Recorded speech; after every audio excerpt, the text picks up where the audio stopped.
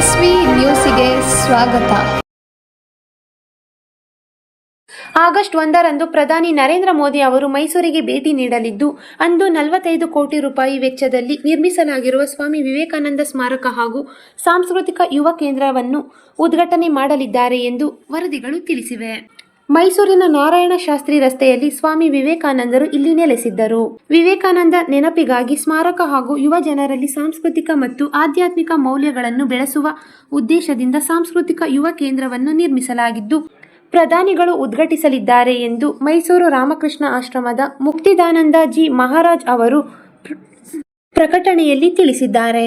ಸ್ಮಾರಕ ಉದ್ಘಾಟನೆಯ ಬಳಿಕ ಪ್ರಧಾನಿ ಮೋದಿ ಅವರು ನಗರದಲ್ಲಿರುವ ಶ್ರೀ ರಾಮಕೃಷ್ಣ ಆಶ್ರಮಕ್ಕೆ ಭೇಟಿ ನೀಡಿ ಸ್ವಾಮಿ ವಿವೇಕಾನಂದರ ಪ್ರತಿಮೆಗೆ ಪುಷ್ಪ ನಮನ ಸಲ್ಲಿಸಲಿದ್ದಾರೆ. ಆಶ್ರಮದ ಆಡಿಟೋರಿಯಂನಲ್ಲಿ ನಡೆಯುವ ವಿಶೇಷ ಕಾರ್ಯಕ್ರಮದಲ್ಲಿ ಸುಮಾರು 30 ನಿಮಿಷಗಳ ಕಾಲ ಪಾಲ್ಗೊಳ್ಳಲಿದ್ದಾರೆ.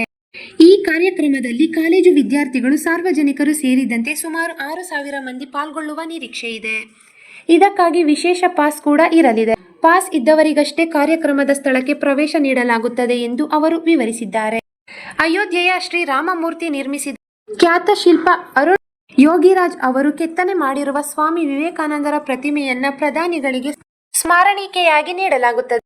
ಜೊತೆಗೆ ಮೈಸೂರಿನ ಸಾಂಸ್ಕೃತಿಕ ಪರಂಪರೆಯನ್ನ ಪ್ರತಿಬಿಂಬಿಸುವ ವಿಶೇಷ ಉಡುಗೊರೆಯನ್ನು ಪ್ರಧಾನಿಗೆ ಅರ್ಪಿಸಲಾಗುತ್ತದೆ.